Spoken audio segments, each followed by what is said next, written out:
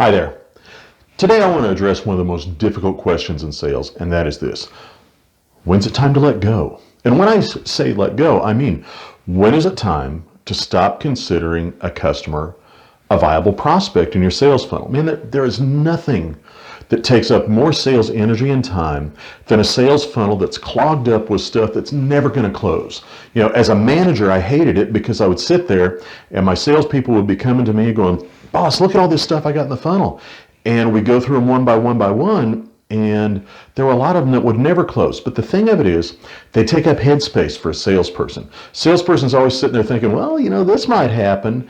And what happens is that clogs up their head, that clogs up their time, and it makes it so that salespeople aren't nearly as effective and efficient with their time. So one of the hardest things to do as a salesperson is to figure out when it's time to let go of a proposal. So today, I want to give you 5 cues that tell you it's time to let go and move on to somebody else. Number 1, first and foremost, your customer stalls the sales process. When your customer starts applying the brakes repeatedly, they're trying to tell you something. And I'm not talking about just an occasional pump the brakes that says, hey, you know, can't meet this week, ready to meet next week, that kind of thing. That's not the same thing. But when your customer starts locking down the sales process and every avenue you need to take to advance the sale, your customer's blocking off, no, you can't talk to their employees, no, you can't collect the data that you need, no, it's not time to present a proposal, all these things, they're telling you, I'm not a real buyer right now. That's okay. Remember, a sale happens when need, solution, and timing all intersect. If the customer's stalling you, that may mean that the timing's not right. Number 2, you can't see a benefit. Here's the thing, we always wonder if the customer can see a real benefit to buying. First of all, give yourself that smell test. Look yourself in the mirror. If the sales process isn't proceeding the way it should be, ask yourself honestly, can I really see a good benefit to the customer from buying from me? It amazes me how many salespeople push forward all the time, even with sales that they don't think are a good idea. If you can't see a benefit, you can't appropriately sell the benefit to them.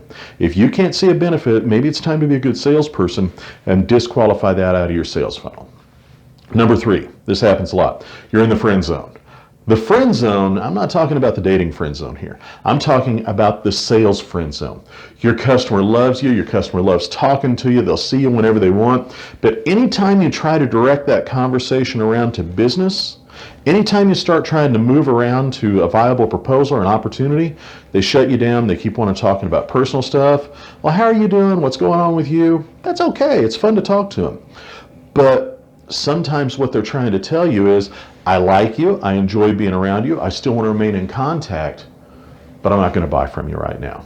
It's okay. And it's okay to say to your customer, look, it doesn't sound like our business opportunity's there right now, but I want to keep in contact. I value our friendship. I value our relationship. That's perfectly okay.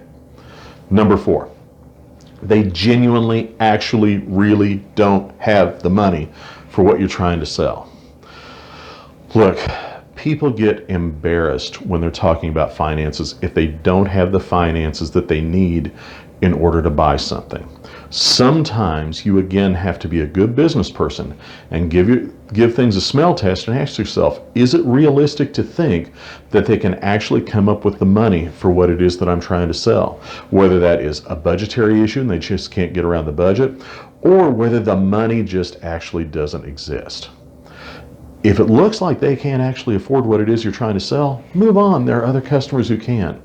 5, and sometimes this is the biggest one, they're stuck on the status quo. When we think of our competition in sales, we think of other companies who do what we do. If you're selling copiers, you think of your competition as other copier companies. That's not entirely true. Your biggest competition, we'll take a deeper dive into this one of these days in another video. Your biggest competition in any sale is the status quo.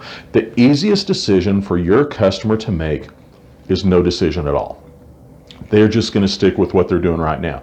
That doesn't require change. It doesn't really require a lot of insight. It allows to keep the momentum. And believe me, it is possible to keep momentum going for a long, long time. If you cannot get your customer off of thinking of the status quo as the only viable alternative, well, maybe you don't really have anything. Look, it's tough to disconnect and disqualify something that isn't a valid opportunity right now. That's not going to result in a viable proposal or a sale that has a good chance of closing within a foreseeable frame of time. But it's also one of the most important things that you have to do in sales. You've got to disqualify dead opportunities, because let me tell you something, nothing motivates you to prospect and build more opportunities than an empty sales funnel. So if your sales funnel is full of viable stuff, that's great. Keep up the good work.